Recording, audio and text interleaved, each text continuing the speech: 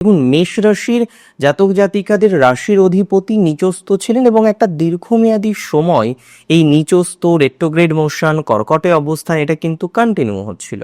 সেই মঙ্গল গ্রহ এবার প্রবেশ করবে সিংহ রাশিতে। কবে প্রবেশ করবে? জুন মাসের অলমোস্ট আপনি ধরে নিতে পারেন 6 জুন 7 জুন নাগাদ।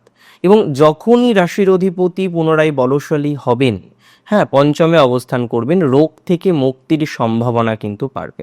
বহু মেষ রাশির জাতক জাতিকাদের রোগ নিয়ে নানা রকমের ভোগান্তি চলছে, রোগ কোনোভাবেই মিটতে চাইছে না, রোগের কোনোভাবেই দমন করতে পারছেন না, রোগ নিয়ে একটা অনিশ্চয়তার জায়গা থেকে যাচ্ছে, তাদের কিন্তু পজিটিভ ভাইবস আসার সম্ভাবনাটাই বেশি।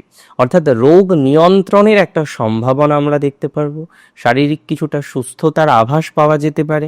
এবং যাদের কোনো ক্রনিক প্রবলেম, সেই ক্রনিক প্রবলেমে কিছুটা বলে না যে একটু ভালো আছে, সেই একটু ভালো থাকার প্রসেস, একটু ভালো থাকার পর্যায়ক্রম আপনারা কিন্তু অবশ্যই লক্ষ্য করতে পারবেন। অর্থাৎ ম্যাক্সিমাম একটা পসিবিলিটিস থাকবে মেষ রাশির জাতক জাতিকাদের যে এই ধরনের বিষয়ে একটা গ্রোথ যাতে হয়, একটা অপরচুনিটি যাতে আসে, এবং স্বাস্থ্য সংক্রান্ত বিষয়।